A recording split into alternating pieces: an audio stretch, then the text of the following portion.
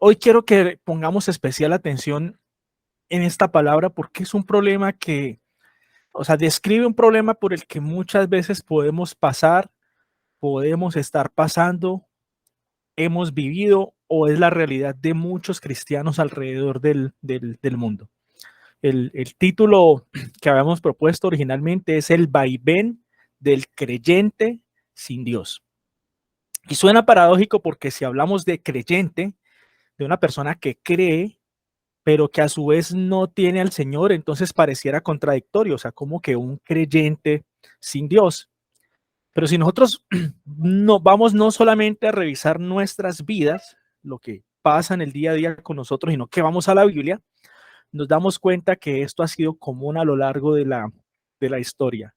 Muchas personas escogidas por Dios, llamadas por Él, que de una u otra forma le han creído, que han tenido momentos especiales de intimidad con el Señor, que han visto sus milagros, se han montado en esta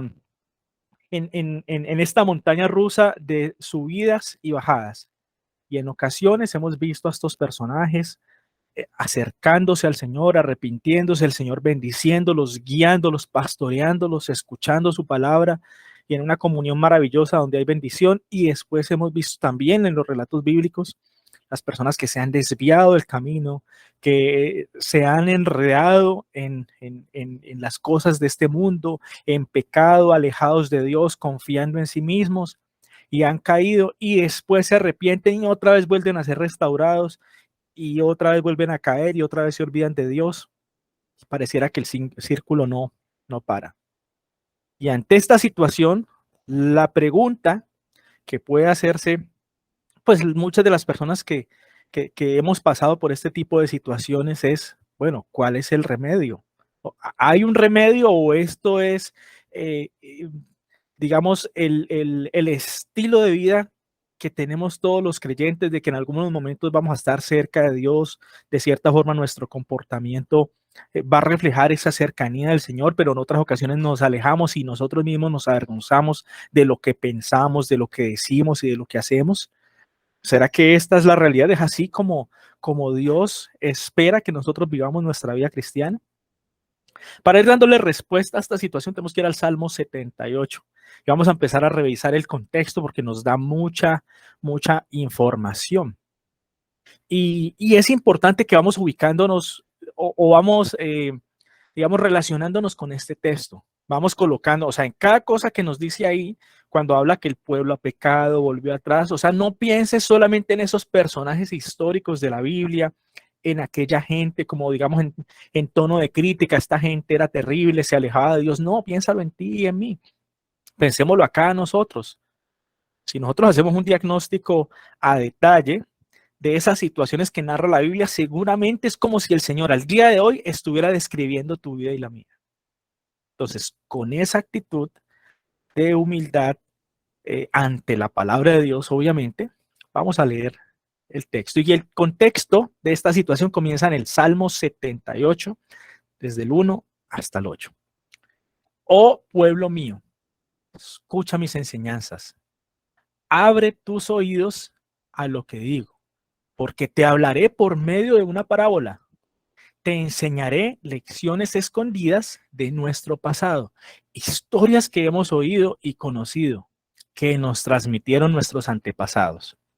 No les ocultaremos estas verdades a nuestros hijos. A la próxima generación le contaremos de las gloriosas obras del Señor y de su poder y de sus imponentes maravillas.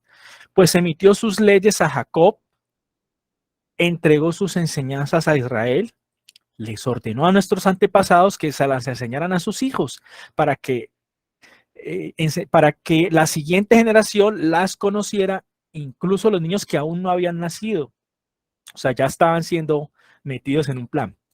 Y ellos a su vez las enseñaran a sus propios hijos. El propósito de esto que acabamos de leer, de modo que cada generación volviera a poner su esperanza en Dios y no olvidara sus gloriosos milagros, sino que obedeciera sus mandamientos. Entonces no serán obstinados, rebeldes e infieles como sus antepasados, quienes se negaron a entregar su corazón a Dios. Salmo 78, en el 1. Oh pueblo mío, escucha mis enseñanzas, abre tus oídos a lo que te digo, porque te hablaré por medio de una parábola. Te enseñaré lecciones escondidas de nuestro pasado, historia que hemos oído y conocido como nos transmitieron nuestros antepasados. Entonces aquí hay algo que se aclara. Una parábola, de cierta forma, nunca transmite un concepto nuevo. Es decir, no podemos decir, o las personas que escuchaban las parábolas de Jesús, no pueden decir que eso que enseñó Jesús nunca lo habían escuchado, que no tenían ni idea de lo que había que hacer. No, son conceptos que ya se habían enseñado antes, que se suponía que ya se conocían, pero esta vez la parábola era como una forma práctica, porque siempre las parábolas fueron historias, así como, digamos, el buen samaritano, la parábola del buen samaritano, donde es la aplicación de esas enseñanzas que ya la gente tenía. Luego, las personas que realmente querían tener una vida de obediencia al Señor, de amor al Señor, ellos, digamos, estaban más, eh, en cierta forma, más previstos para entender el significado de dicha parábola. Y es lo que el Salmo, digamos, de entrada nos está diciendo aquí. O sea, pueblo mío, vea, vamos a repasar algo, se lo voy a enseñar por medio de una parábola, pero es algo que ya nuestros antepasados nos han transmitido. Estas verdades no van a quedar ocultas. Y la idea con estos conceptos es que no solamente ustedes se queden con ellos, sino que esto es tan importante que es necesario que ustedes se lo transmitan a sus hijos. Incluso en ese plan están los que no han nacido. Ellos van a recibir estas enseñanzas también y ellos a su vez se las van a enseñar a sus hijos. ¿Para qué?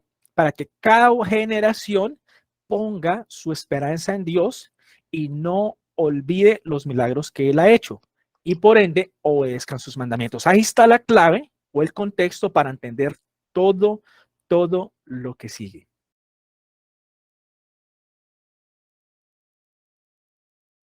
Entonces, a partir del versículo 9, Salmo 78, 9, empieza, eh, empieza toda una descripción. Entonces dice ahí, lo leo del texto de Julián para que todos tengamos la misma versión. Dice, los guerreros de Efraín, aunque estaban armados con arcos, dieron la espalda y huyeron el día de la batalla.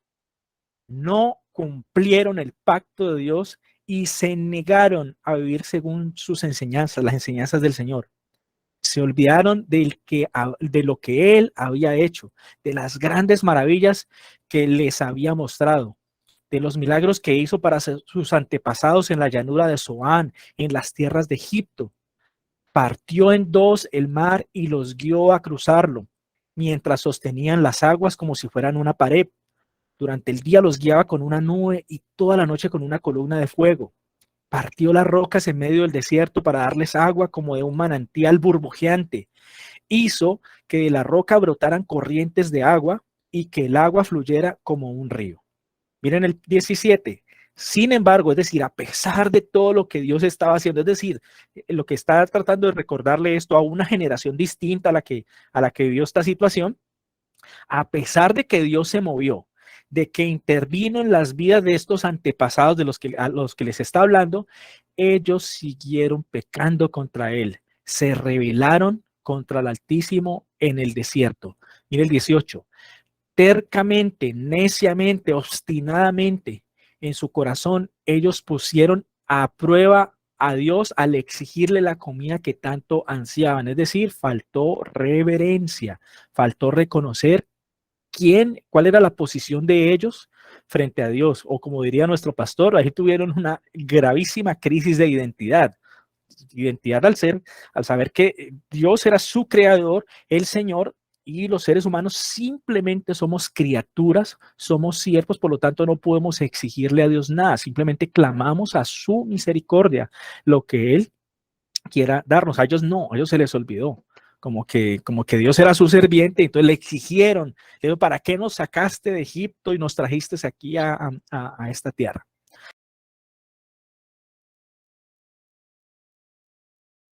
En esto que vamos revisando acá, vemos un detalle de cómo Dios está interpretando ese comportamiento de la gente. Y esto nos da pie para entender un poco cómo Dios interpreta muchas veces nuestras acciones, nuestro comportamiento. Dios que está diciendo aquí, miren, a este pueblo yo lo saqué de Egipto con señales, o sea, desde antes a sus antepasados. Esa sacada de Egipto fue gloriosa. Ellos vieron, fueron testigos de mi poder. Dice, sin embargo, el pueblo siguió pecando a pesar de sus maravillas. Se negaron a confiar en él. Ojo, esto es grave. En el 33. Entonces hizo que la vida de ellos terminara en fracaso y sus años en horror. Estas son las consecuencias de alejarse de Dios. Dice, cuando Dios comenzó a matarlos, finalmente lo buscaron, se arrepintieron y tomaron en serio a Dios. No sé si tú y yo, o no sé si nos estamos identificando con estas palabras. No sé si en algún momento nos ha pasado lo mismo. Nos alejamos del Señor, vienen las consecuencias. Viene la crisis, nos vemos apretados, vienen situaciones incómodas, cosas por las cuales no queremos pasar. Y de repente entendemos que tal vez todo eso lo estamos recibiendo porque no estamos caminando cerca del Señor, porque no estamos confiando en Él, porque no tenemos una relación. Entonces nos arrepentimos. Siempre que hay arrepentimiento, el Señor nos recibe con sus brazos abiertos. Y claro, no somos los únicos que hemos vivido una situación. Millones de creyentes a lo largo de la historia han pasado por eso. En el 35, entonces recordaron que Dios era su roca. Mire estas palabras tan especiales como la Biblia nos lo define. Es decir, finalmente buscaron a Dios y se arrepintieron y tomaron a Dios en serio. Es decir, a veces somos creyentes, pero pareciera que no tomáramos a Dios en serio. Parece que de verdad no le creyéramos que si nos alejamos de Él hay consecuencias, sino que decimos eso no va a pasar nada. Pero finalmente cuando Dios nos hace entender, nos ayuda a través de ciertas situaciones que pueden ocurrir en nuestra vida, dice, entonces recordaron que Dios era su roca, es decir, que su estabilidad y todo no dependía solamente de su esfuerzo, lo que podían hacer, sino a través de Dios.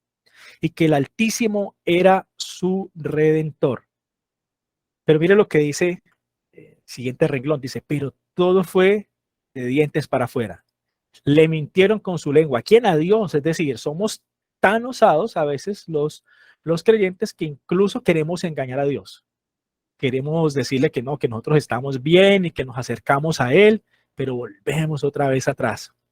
Dice, sin embargo, Él tuvo misericordia y perdonó sus pecados y no los destruyó a todos. Muchas veces contuvo su enojo y no desató su furia. Se acordó de que eran simples mortales que desaparecen como una ráfaga de viento que nunca vuelve. ¿Cuántas veces el Señor ha contenido su furia contra ti? ¿Cuántas veces el Señor se ha enojado contigo? A veces no somos conscientes. A veces creemos que no, el Señor nos tiene a nosotros en la más alta estima, pero si nosotros realmente pudiéramos someternos al análisis que el Señor nos hace, quizás no salgamos bien librados. Quizás veamos que hay muchas cosas pues que no estamos haciendo bien.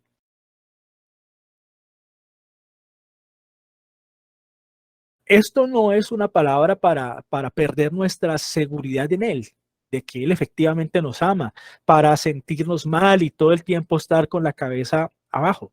Ese no es el propósito de esto que está hablando. Esto simplemente nos está mostrando una realidad que muy seguramente tú y yo hemos visto en nuestra vida. Ese vaivén, que en ocasiones nos acercamos al Señor y nuestra vida tiene una línea de pensamiento, una línea de conducta, pero otras veces nos alejamos y somos otras personas. Es como si en nuestro interior vivieran dos hombres.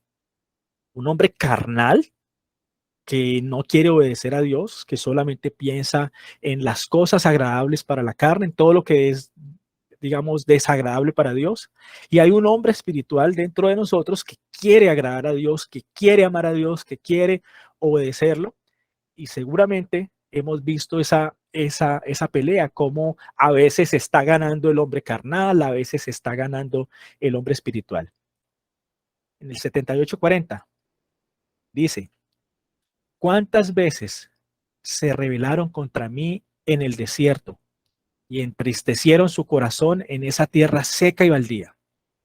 Una y otra vez pusieron a prueba la paciencia de Dios y provocaron al Santo de Israel. Esto es delicado, sobre todo si lo pensamos no en la gente que hizo esto, sino en nosotros. ¿Será que una y otra vez estamos poniendo a prueba la paciencia de Dios?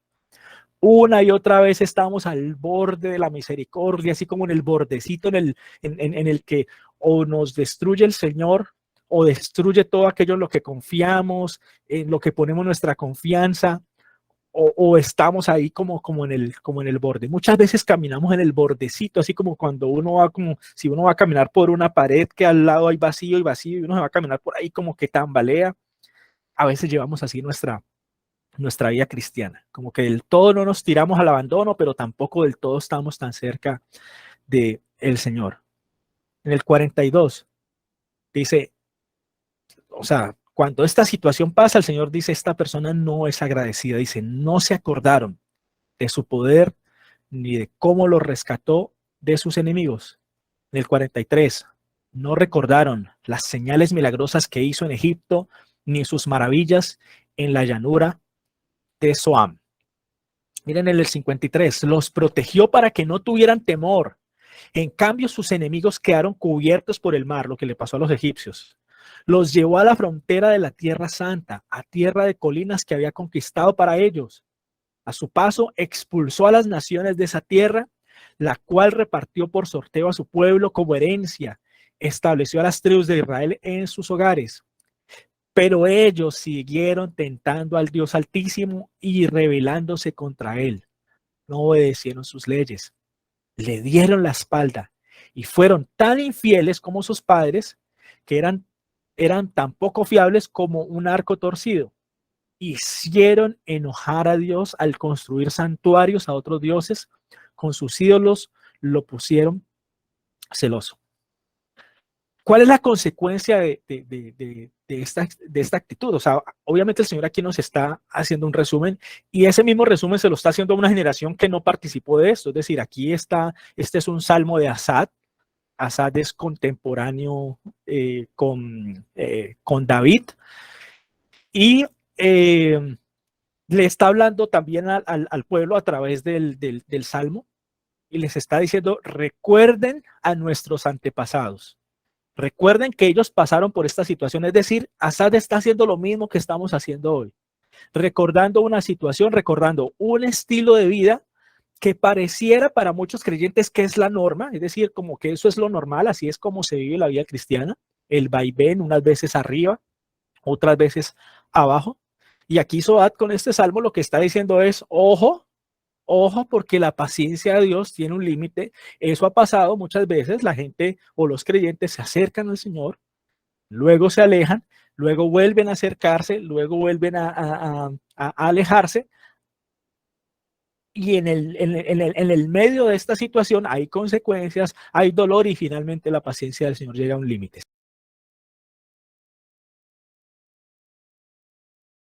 Dios los oyó, se enojó mucho, estoy en el 59, rechazó a Israel por completo. Entonces abandonó su morada en Silo, el tabernáculo donde había vivido en medio de su pueblo. Permitió que el arco de su poder fuera capturado. Cedió su gloria a manos enemigas. Entregó a su pueblo para que los masacraran a espada. Imagínense el dolor del Señor tener que hacer algo así, porque estaba muy enojado con su propio pueblo, su posesión más preciada. A los jóvenes los mataron con fuego. Las muchachas murieron antes de entonar su canción de boda, es decir, antes de poder llegar a casarse, o sea, murieron vírgenes. Masacraron a los sacerdotes, o sea, ya no había administración con el Señor.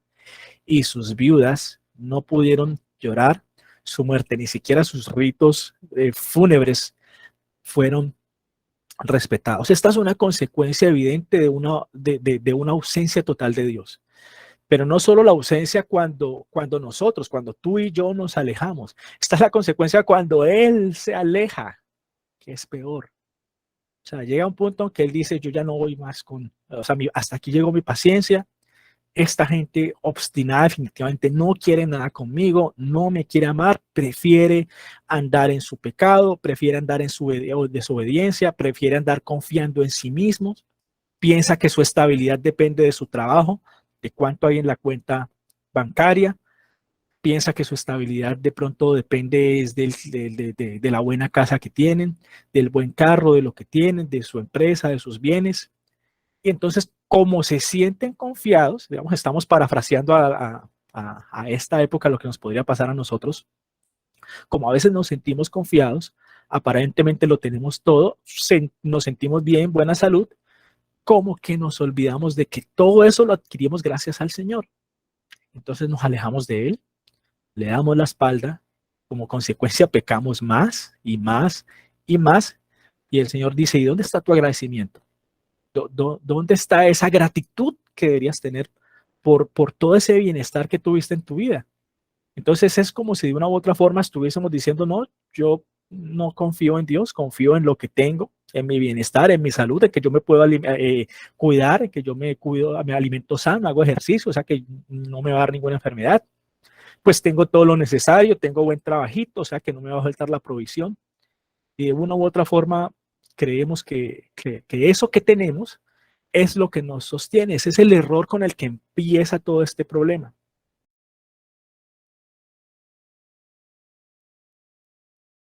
¿Cuándo llega a su fin la paciencia de Dios? Así es como termina este salmo, en el 66, Salmo 78, 66.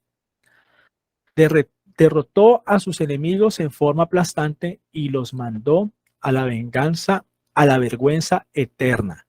Aquí cuando dice derrotó a sus enemigos, no son los enemigos de Israel, ya está hablando del pueblo. Es decir, llega un punto en el que la paciencia de Dios ya llegó a su límite, que dice, este que es mi pueblo ahora es mi enemigo.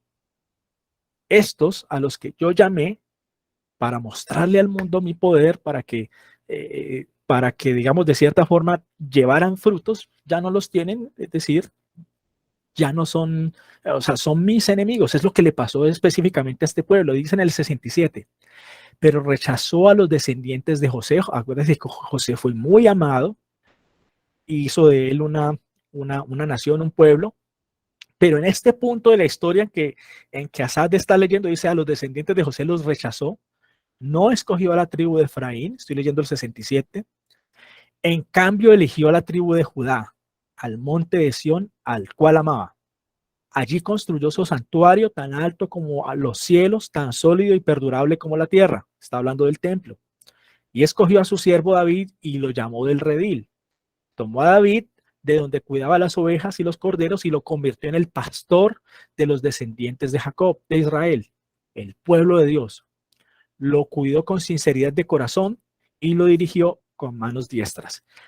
Allí termina este salmo, pero nosotros sabemos que la historia no concluyó ahí.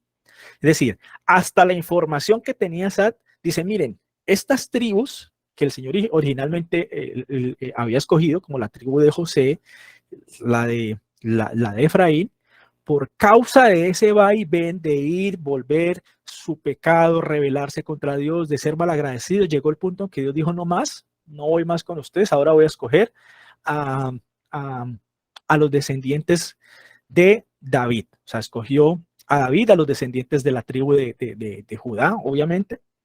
A través de ellos va a haber un nuevo camino, una nueva oportunidad. Ahora, ¿qué pasó con esta descendencia de Judá? O sea, ¿será que ellos cambiaron esta situación, cambiaron la norma o volvieron otra vez al problema? Pues cuando Jesús llegó a la tierra, nosotros sabemos, o sea, llegó a la tierra de Israel, una tierra que estaba en poder de los romanos. Y de acuerdo a todo lo que hemos aprendido acerca de la Biblia, cada que Dios permitía que otros enemigos capturaran a Israel es porque por ahí había pecado de por medio, había ausencia de Dios, ausencia de su palabra, se habían alejado. Así que Dios permitía eso. Así que durante esos 400 años de silencio que hubo en Israel, lo más seguro es que Dios estaba enojado con el pueblo, con esta descendencia de David que había sido escogida. Y otra vez se repite la situación.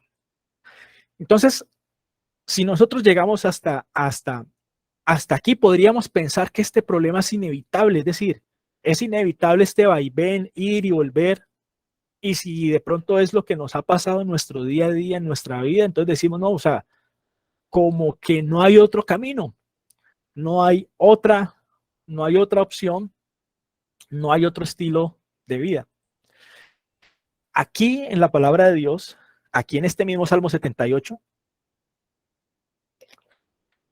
nos está mencionando la raíz del problema. O sea, ¿de dónde viene esto? ¿Por qué nace esta situación?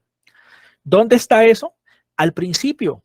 O sea, cuando Asad empieza a hablarle al pueblo diciendo, vea, señores y señoras, hay una situación que se ha presentado históricamente en Israel, es decir, con sus antepasados, sus padres, los padres de sus padres, han estado abandonando a Dios, después vuelven, lo abandonan hasta que colman la paciencia de Dios, son expulsados, vienen las conquistas, vienen ya las consecuencias graves.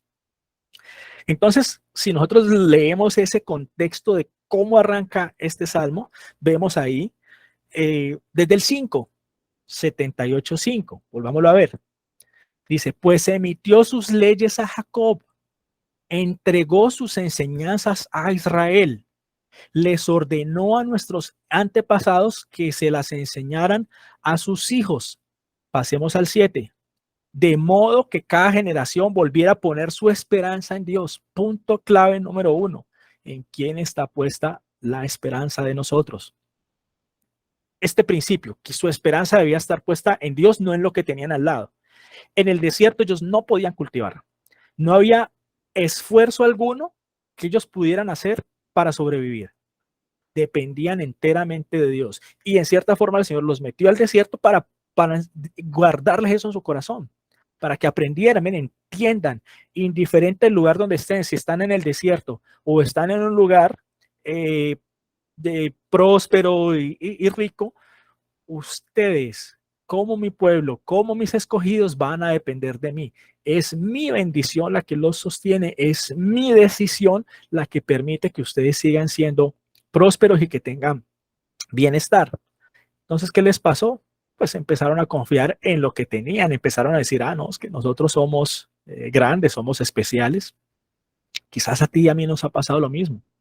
Cuando el Señor te bendice, te va bien en algo, entonces, no, es que yo soy un profesional, yo soy un excelente administrador, por eso tengo lo que tengo. No, es que yo he sido muy hábil en esta vida, yo he hecho cosas maravillosas, ¿verdad? Todos los negocios que he hecho, todo en el trabajo me ha ido súper bien por mi comportamiento, entonces me han ascendido. Es decir, el estilo de vida donde nosotros seamos puestos, de una u otra forma podemos desviar nuestra mirada y a veces lo hacemos de forma inconsciente. Tal vez con la boca no lo decimos, pero nuestro corazón lo pensamos así, que todo depende de nosotros, que somos nosotros los que hemos logrado llegar lejos y hacer cosas. Entonces aquí empezamos a incurrir en no poner nuestra esperanza en Dios.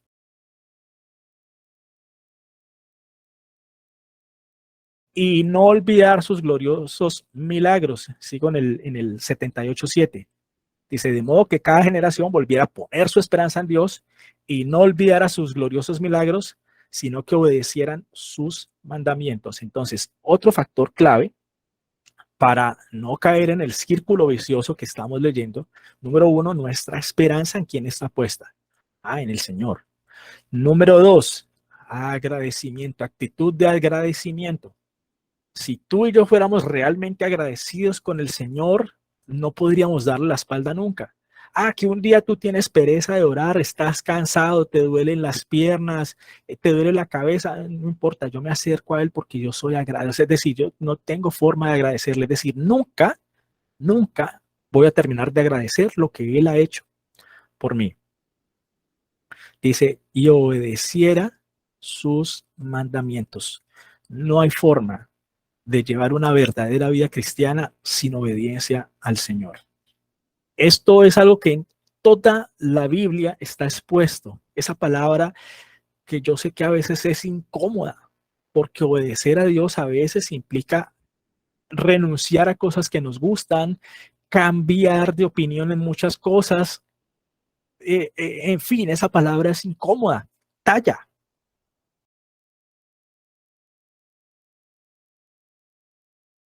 Cuando esas personas, cuando los creyentes ponen su esperanza en Dios, no se olvidan de Dios y obedecen sus mandamientos, el resultado está en el 8. Entonces no serán obstinados ni rebeldes, ni infieles como sus antepasados, quienes se negaron a entregar su corazón a Dios.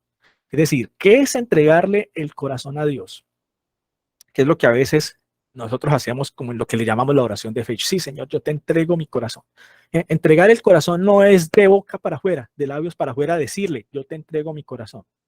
No, de acuerdo a lo que estamos aprendiendo aquí, entregarle el corazón a Dios es poner nuestra esperanza en Él, ser agradecidos y ser obedientes. Esos son los tres factores que nos está diciendo aquí la Biblia. Cuando hacemos esos, tomamos esos tres pasos, entonces de verdad le estamos entregando nuestro corazón a Dios.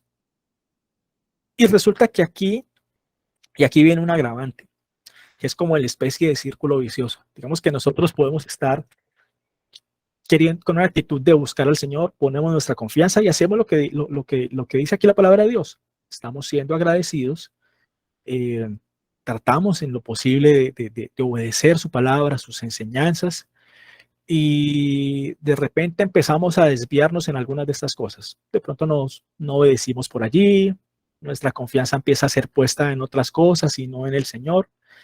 Entonces es como si nos estuviéramos exponiendo al pecado y entonces caemos más bajo y venimos otra vez y el círculo, digamos, se hace insuperable.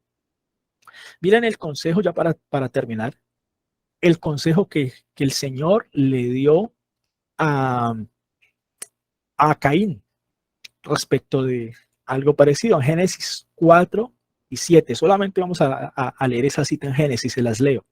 Génesis 4, 7. Dice así: serás aceptado si haces lo correcto, pero si te niegas a hacer lo correcto, ¿qué es lo correcto de acuerdo a lo que acabamos de leer? Poner nuestra esperanza en Dios, no olvidarnos de Él y obedecer.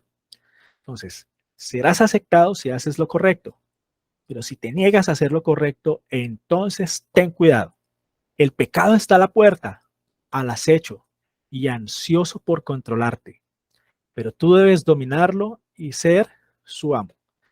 Es decir, si el pecado no estuviese en la ecuación, digamos que retomar el camino con el Señor sería sencillo, o sea, sería fácil, pero no, es que el pecado está al acecho. Y aquí, o sea, de acuerdo a como Dios le habló a Caín, mire, el pecado está ansioso por controlarte. O sea, esa es no es que el pecado tenga personalidad, algo así. Es una expresión que está utilizando para que entendiera y para que nosotros entendiéramos el poder que tiene el pecado en nuestras vidas. Cuando empezamos a poner nuestra confianza en cosas que no son el Señor, cuando no tenemos una verdadera actitud de agradecimiento, cuando no tenemos una actitud de obediencia, ahí está el pecado, papi. Eso es lo que nos está diciendo. Y te va a destruir, te va a tratar de controlar y te va a tratar de llevar más lejos de Dios y más lejos. ¿Y cuál es el polo a tierra que a veces de pronto tenemos? La consecuencia de estar apartados del Señor y otra vez levantamos la mano, Señor, rescátame, y otra vez viene y otra vez se va, pero ya sabemos que eso a veces tiene su límite y coma la paciencia del Señor. Ahora, ¿será que todos los creyentes en la Biblia tuvieron este comportamiento? O sea, ¿será que es así? ¿Así es como se vive la vida o hay algo diferente? ¿Hubo un ejemplo de otra persona o de otro grupo de personas?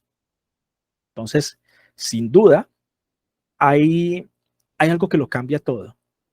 Si nosotros vemos en el Nuevo Testamento, de cierta forma, vemos a los discípulos muchas veces en ese vaivén también. O sea, no que se alejaran de Jesús, es decir, cuando Jesús los llamó, ellos se mantuvieron con él, pero ahí estaba la carnalidad de cada uno y muchas veces le sugerían cosas que no eran, muchas veces se rajaban en las pruebas de fe, muchas veces el Señor los tuvo que regañar, los tuvo que corregir, incluso Pedro negó al Señor, o sea, y Pedro lo negó, pero hubo algo que cambió la historia de los creyentes del Señor. A partir de Hechos 2, ellos reciben una promesa. O sea, este grupo de nuevos creyentes reciben algo que de cierta forma en la antigüedad no habían recibido estas personas que se rebelaron contra Dios en el desierto, sino que de pronto una que otra persona lo recibía, que es el Espíritu Santo.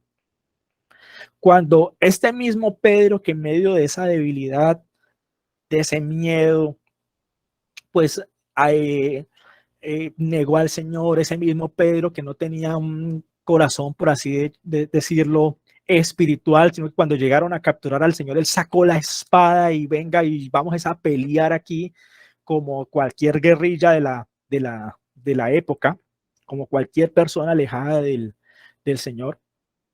Ese Pedro, después de que recibió el Espíritu Santo, después de que su vida fue transformada y empezó a predicar, ese Pedro se hizo crucificar al revés.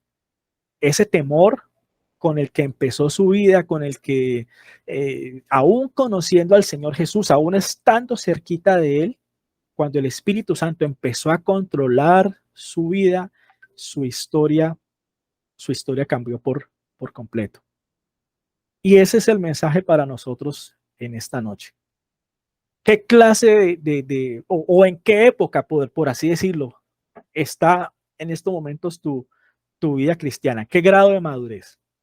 ¿Está en ese grado de madurez que tenía Pedro cuando negó al Señor? Porque acuérdense que Jesús le dijo, usted me va a negar. Yo nunca, ni mejor dicho, me hago matar, le dijo Pedro. Yo creo que Pedro no quería engañar al Señor, no, él no quería tramarlo, pues no, yo soy fiel, no, él pensaba realmente eso. Pero cuando fue confrontado contra una prueba real, entonces se dio cuenta que lo que en su mente pensaba que él era fiel y que él iba a soportar todas las pruebas, falso, no las podía soportar. Tal vez tú y yo podemos pensar lo mismo, podemos pensar que como creyentes ahora sí vamos a ser fieles y vamos a caminar en una sola línea, pero quizás en nuestra vida y en nuestro diario vivir vemos ese vaivén que veíamos en otros creyentes y consecuencias eventualmente de nuestras malas acciones y no vemos la vida que realmente a la cual nos ha llamado el Señor. Cuando el Espíritu Santo llegó a la vida de la iglesia, todos ellos cambiaron, incluso lo que ellos enseñaban. Si uno lee las prédicas que ellos daban en el libro de los Hechos, muchas de esas prédicas eran sencillas. O sea, simplemente era un recuento de la palabra de Dios y de cómo Jesús cumplía el perfil para ser el Mesías. Y ahí dice la Biblia, se convertían muchos porque era el Espíritu Santo actuando en ellos.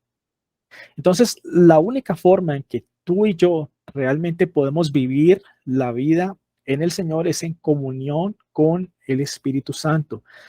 Y esa comunión, o sea, la única forma es a través de la palabra de Dios, es decir, acercándonos a Él, escuchando, es decir, siempre que el Espíritu Santo llegaba a la vida de las personas, primero llegaba la palabra de Dios.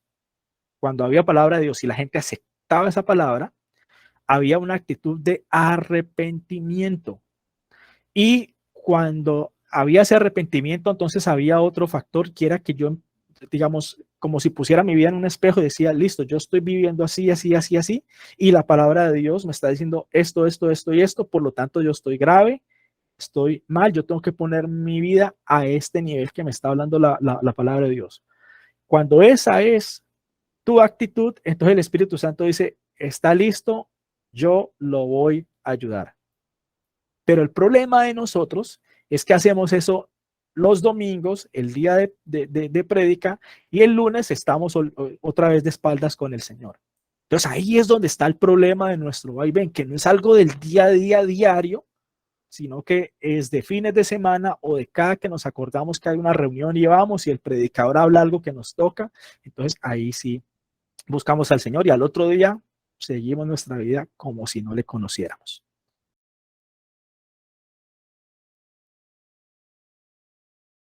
Solo una cosa, unos cuantos segundos, plantear algo.